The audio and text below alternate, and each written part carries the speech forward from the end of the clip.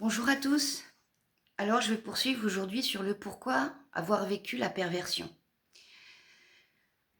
Pourquoi tu as vécu la perversion déjà dans ta vie d'adulte, admettons dans ta vie amoureuse ou dans ta vie amicale. Ou même de là, on va revenir sur les bases, et c'est pourquoi tu l'as vécu déjà dans la famille. Il faut absolument que tu sois capable d'observer dans ta situation de famille. C'est vrai, c'est très psycho, mais effectivement, c'est quand même là-dessus qu'on se construit, sur notre enfance, d'accord? Le pourquoi on est né, dans quelle situation on est né. Parce qu'il y a 2 styles d'enfantement différents. Il y a 2 mamans différentes. Tu as la maman qui va faire des enfants, ça va lui donner une identité, d'accord? Donc elle porte une identité de famille, elle veut une identité de famille, elle fabrique une identité de famille, d'accord? Donc la maman, le couple, le couple. Eux, ils veulent construire une famille, c'est-à-dire un groupe de personnes ayant les mêmes bases de comportement, une même identité, répondant en fait à leur façon de voir les choses, à ce couple. D'accord? Donc, par exemple, ta naissance, elle a servi à faire naître une identité de famille. Donc, en fait, ta naissance, elle est tout de suite dans l'amour-réponse. Tout de suite dans l'amour-réponse. L'amour-réponse, tu es aimé si tu fais ci, si tu fais ça. Si tu te comportes comme ci, si tu te comportes comme ça. C'est pas facile à voir. Évidemment que les parents ne vont pas parler de cette façon-là de manière directe. C'est juste que toi, en tant qu'enfant, tu ressens bien que là, si tu colles pas au profil, ça va pas aller. Il va se passer quelque chose, ça va pas aller. Tu le ressens, tu le sais. Tu vis ta vie d'enfance avec une espèce d'épée Damoclès au-dessus de la tête. Si je ne réponds pas à tout ce qu'on me partage, tout ce qu'on veut de moi, je serai rejetée. Ça s'inscrit. Ça s'inscrit. T'es programmé dès le départ à ça. Pourquoi? Parce que les parents vibrent quelque chose. Ils n'ont pas besoin de parler. Ils vibrent quelque chose de puissant. Et ce quelque chose de puissant, c'est en termes de vibration, elle t'est transmise. Tu vis dans ces énergies-là, tout le temps. Donc, si tu fais pas le retour, tant que tu n'as pas fait le retour à ta famille, tu peux jamais t'en sortir de la perversion. D'accord? Il faut comprendre quelle identité tu as eue au départ. Et puis sinon, tu as des parents, ils ont déjà leur propre identité. Ils ont leur identité propre déjà, unique. Un, puis deux. Voilà. En général, on a 2 parents. Ils ont déjà leur identité unique. Et sur cette identité unique, ils en ont créé une deuxième. Ils ont créé un couple. Ils portent les deux. Ils portent leur identité et une identité de couple. Donc ça, c'est des parents qui donnent la vie. C'est-à-dire que tu as le droit d'avoir ton identité parce que c'est des gens qui ont été capables de s'épanouir dans la vie sans le couple, sans toi. Donc ils ont un bien-être de vie à l'intérieur et qui cherchent à te transmettre. Donc eux, c'est tout l'inverse. Eux, ils vont t'éduquer comme ça pour ton développement. Ils vont pas te demander de répondre à des comportements précis ou à des façons de voir précises. Ils vont pas te couper du monde. En général, les parents qui te font porter, qui te font porter, oui, une identité de famille, sont des parents qui vont te couper de beaucoup de choses en fait. Te couper du monde, te couper d'une ouverture d'esprit. Mais toi, tu peux pas t'en rendre compte. Parce qu'ils ont l'air comme ça, très ouverts. Ils ont l'air très épanouis. Ils ont l'air de beaucoup de choses. Ils peuvent discuter énormément. Mais en fait, eux, ils sont dans des grandes peurs. S'ils ont besoin d'une identité de couple ou d'une identité de famille pour exister, bah, c'est qu'ils n'y arrivent pas tout seuls. Donc ça veut dire qu'ils sont dans des grandes peurs. Cherche la peur que portaient tes parents. Cherche leur identité vibratoire de peur que portaient tes parents. Et là, tu vas comprendre. Parce qu'en fait, ce qu'ils te font porter, c'est que toi, tu dois répondre à leur peur.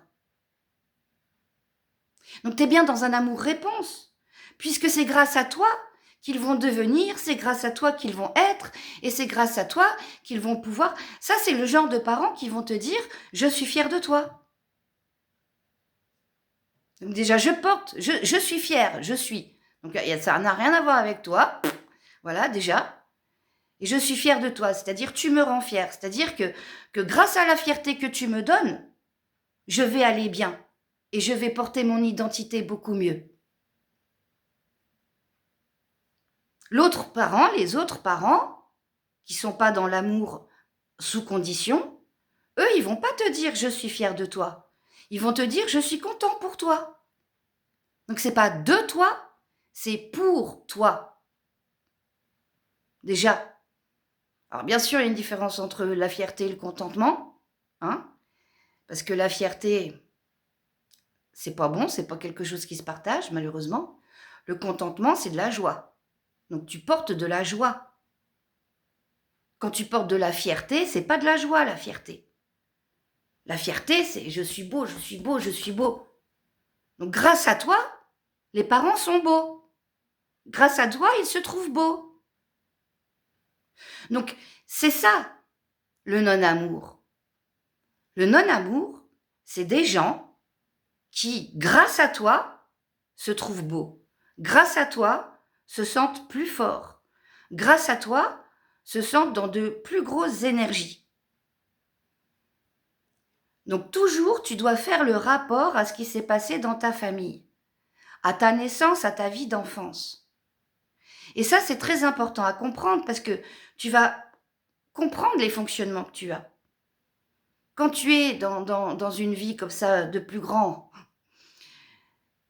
tu vas te rendre compte que, bah tiens, une personne toxique, alors, oh bah tiens, une autre, pervers narcissique, oh bah tiens, un autre, un dominant, oh bah tiens, encore un autre. Tu vas mieux voir les choses, mais la question que tu vas te poser, c'est pourquoi je le vis tout le temps? Pourquoi je tombe toujours sur des gens comme ça? Pourquoi? Parce qu'ils suscitent chez toi, eux aussi, un mieux-être. Bon, bah ça, on l'a vu, hein, la place qu'ils prennent dans ta vie. Mais c'est surtout que toi, tu ne t'es pas suffisamment concentré à donner tout ce que tu donnes aux autres, à te le donner à toi-même. Tu ne t'es pas suffisamment concentré pour accepter ton identité. Pourquoi j'ai vécu le non-amour? Pourquoi j'ai vécu la perversion? C'est parce que tu portes un vrai cœur, d'accord? Tu portes une vraie empathie, un cœur bien placé, une empathie bien placée. Tu portes des vibrations très fortes, d'accord? Par exemple, je vais te raconter une petite histoire. L'histoire de ta naissance, c'est quoi? Alors, au-dessus de nous, il y a un ciel, voilà, il y a plein d'étoiles, et puis il y a une étoile qui dit « Oh, bah tiens, moi j'irai bien sur Terre, oui, oui, d'accord. » Alors hop, tout le monde vient autour de toi. Alors, comment on va faire pour que tu ailles sur Terre? On se met d'accord, qu'est-ce que tu veux vivre? Parce que la Terre, c'est une expérience, hein. Tu ne seras plus une étoile, tu seras un être humain. Alors, qu'est-ce que tu veux vivre sur Terre? Oh, bah je veux vivre l'amour. D'accord. Bon, alors si tu veux vraiment porter le cœur, si tu veux vraiment porter l'amour, tu vas devoir reconnaître le non-amour. Mais oui. Parce qu'en fait, un cœur solide, un cœur fort, bah, de toute façon, c'est comme tout, hein, c'est comme tout. En fait, pour qu'il soit vraiment fort, d'accord? Pour que tu puisses te rendre compte que tu portes un cœur, parce qu'à la naissance, tu oublies tout, tu oublies ta vie d'étoile, d'accord? Donc tu oublies, le petit chute, tu oublies. Mais il faut bien que tu trouves ton identité au cours de ton enfance, au cours de ta vie d'adulte. Parce que c'est bien ça le plus important. Qu'est-ce que la vie? Pourquoi je vis? Je vis déjà pour trouver mon identité pure, unique, et la porter dans ma vie, l'incarner, la vivre chaque jour, la vivre chaque instant. Donc ça, c'est le but de la vie. C'est vivre chaque seconde de la vie en pleine identité, avec ton pur jus identité. Donc en tant que petite étoile, on te donne l'amour comme ça. Mais quand même, t'es prévenu. Bon, pour vraiment porter l'amour, tu vas forcément devoir vivre le non-amour. Comme ça, tu sauras bien ce que c'est que le non-amour, tu comprendras ce que tu portes, tu comprendras les forces de ce que peut être l'amour dans la vie, tu comprendras tes propres forces, pour pouvoir les diffuser. Parce qu'attention, petite étoile, tu vas aller sur Terre pour te développer. C'est une expérience. Tu vas expérimenter la matière. Tu vas incarner la matière. Donc si tu veux vivre l'amour, pour vraiment porter ton cœur, pour le vivre toute ta vie de chaque instant, tu vas avoir des expériences. Parce que si tu te regardes bien dans ta vie, toi qui vis tout le temps la perversion, toi qui vis les PN tout le temps, si tu regardes bien, tu as toujours été poussé. D'une manière ou d'une autre, même si ça t'a pris des semaines et des semaines de réflexion, d'une manière ou d'une autre, tu le vivais pas, l'amour. Tu vivais le non-amour, mais tu te disais, c'est pas ça. Qu'est-ce qui te dit que c'est pas ça? Personne te l'a dit, tu l'as pas vécu. C'est parce que tu es porteur de cœur. Parce que vraiment, tu as des neurones dans le cœur. Tu sais les recevoir. C'est une prise d'identité. Tu dois comme ça capter les moments de ta vie où tu as pris des décisions inaltérables, où tu étais sûr de toi, sans pourtant l'avoir appris à travers le monde extérieur, sans pourtant l'avoir vécu dans le monde extérieur, sans le vivre, sans l'apprendre, mais tu savais. Et ça t'a donné la force, et ça t'a donné le courage de prendre des décisions. Tu es porteur de cœur. Tu t'es fait un guerrier, tu t'es fait guerrier de l'amour. Pourquoi? Parce que tu es sûr que ça c'est non, ça c'est non, ça c'est non. C'est pas ça que je veux vivre. Donc tu es dans ce genre d'expérience. Et pourquoi ça revient tout le temps? Parce que tu n'as pas pris ton identité de porteur de cœur. Si tu prends cette identité-là, que tu l'appliques pour toi-même, ça va changer toute ta vie. Tout ce que je donne aux autres, maintenant, je vais le donner à moi.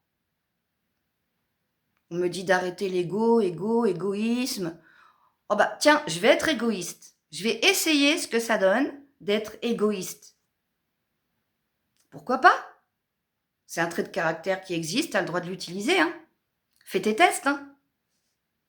Donc, moi, je t'encourage à faire le test, parce que c'est clair que tu n'as pas suffisamment été égoïste, puisque tu es toujours en train de répondre aux autres.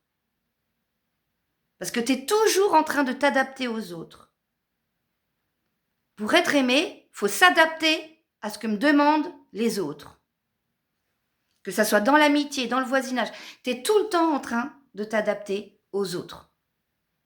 Donc, si déjà tu commences par arrêter de t'adapter au monde extérieur, le PN qui passe par là, parce qu'ils sont partout, ils sont tout le temps partout, t'en as dans toute ta vie, le PN qui passe par là, en fait, il ne va pas s'arrêter sur toi. Il va repérer que là, tiens, non, cette personne-là, non, ça ne va pas marcher. C'est sûr, si tu montres que tu ne donnes pas tout à tout le monde et tout le temps, ils ne vont pas venir vers toi. Donc ça, c'est une bonne solution. Essaye ça. Essaye de te montrer, de te montrer entière.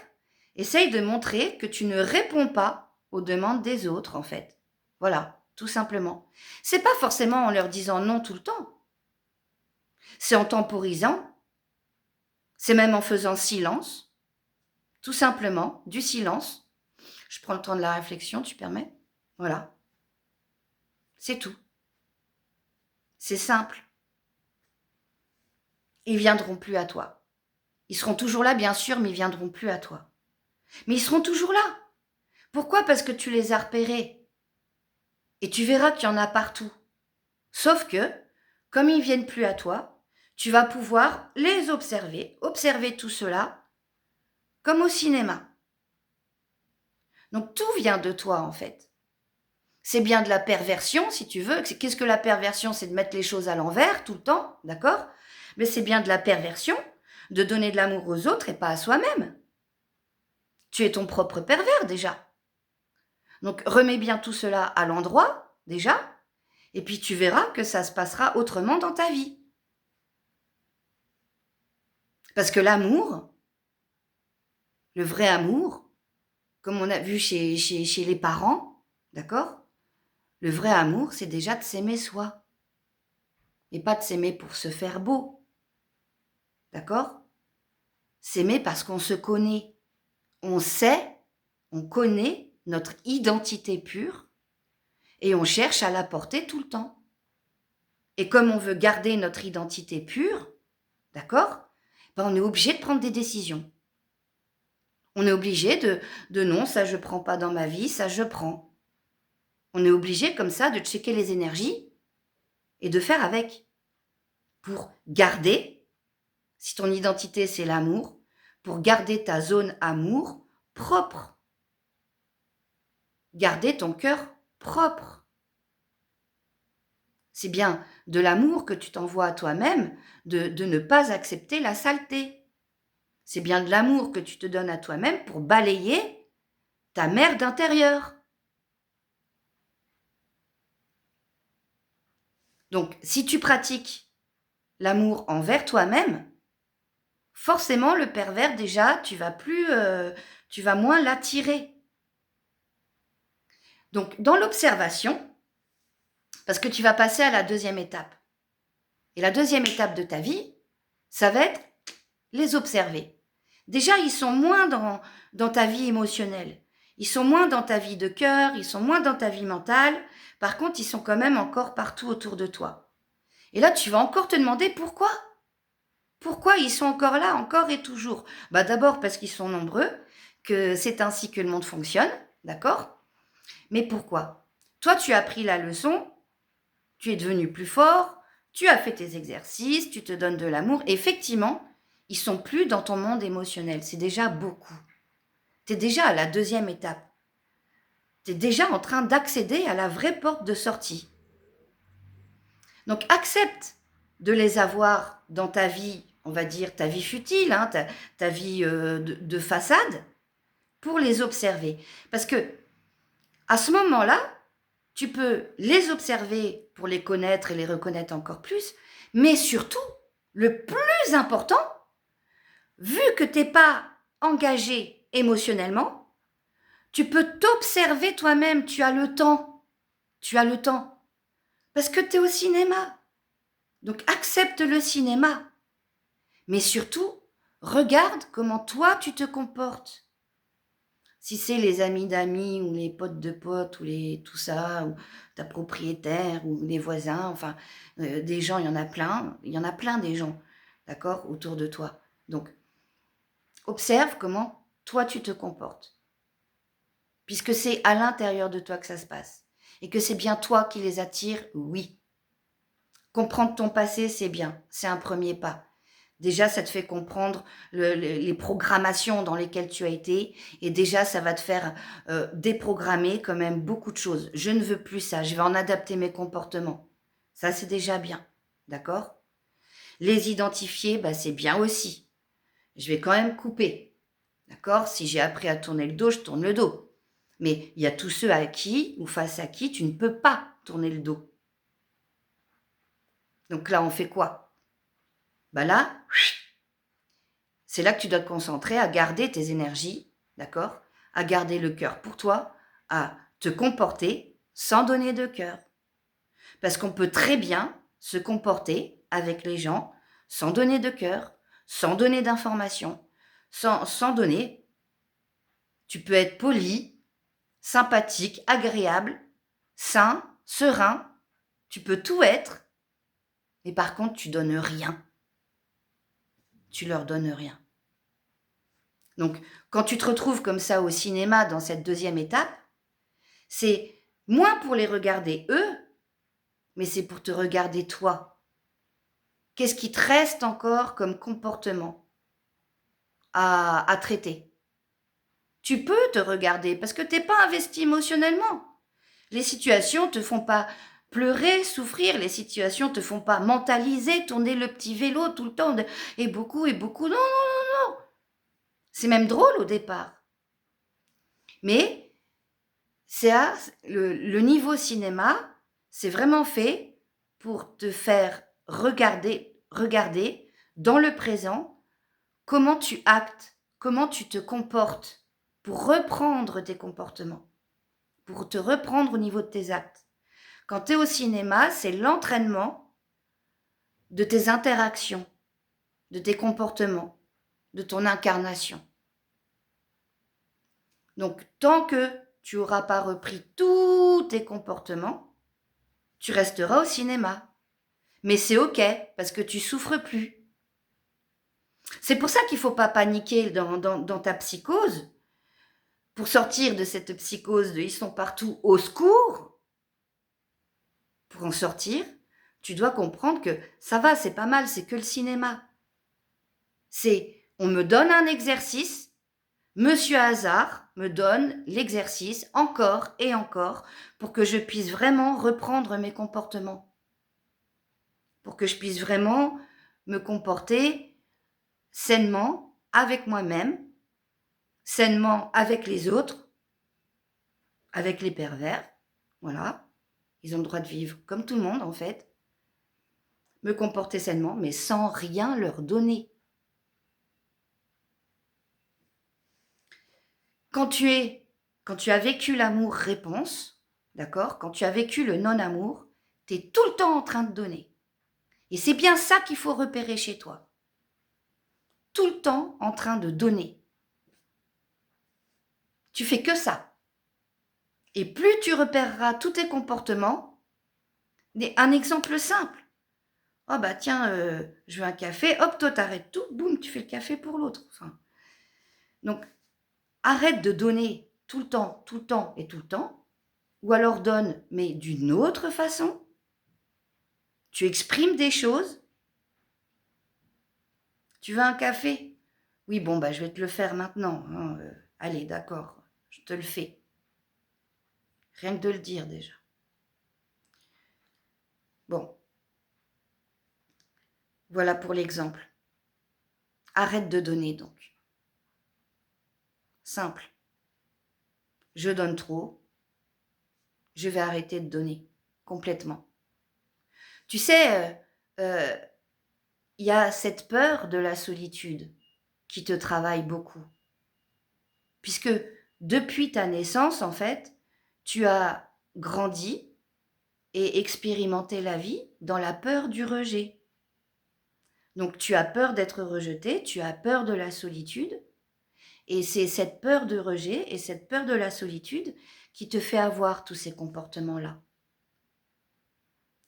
Mais ce qu'il faut que tu comprennes, c'est que la solitude te sert, déjà tu dis non, non, non, non, non, à force de dire non, tu peux tomber dans la solitude. Mais la solitude va te servir à te reprendre, à faire le tri. Et c'est aussi parce qu'on est dans la solitude qu'on a le temps de regarder les choses, qu'on a le temps d'écouter avec une oreille différente, qu'on a le temps de traiter l'information. C'est dans la solitude que, de toute façon, les gens sont attirés. T'es porteur de cœur, t'es porteur de joie, t'es porteur d'un tas de capacités en fait. Tu dois comprendre que t'es dans des énergies quand même de lumière. Et quand on est dans des énergies lumineuses, des gens, on en a tout le temps qui viennent. Donc il ne faut pas que tu aies peur de la solitude, parce que les gens sont attirés à toi. Ça aussi, il faut que tu aies confiance en ça. Il faut que tu aies confiance en ça. Quoi qu'il t'arrive, les gens viennent à toi. Mais toi, tu fais le choix. Car dans toute relation, c'est 50-50. C'est pas je me laisse choisir. Si les gens viennent à moi, certes, bah je choisis aussi. Je choisis ce que je veux bien et ce que je ne veux pas. Donc voilà. Allez, je te dis à bientôt.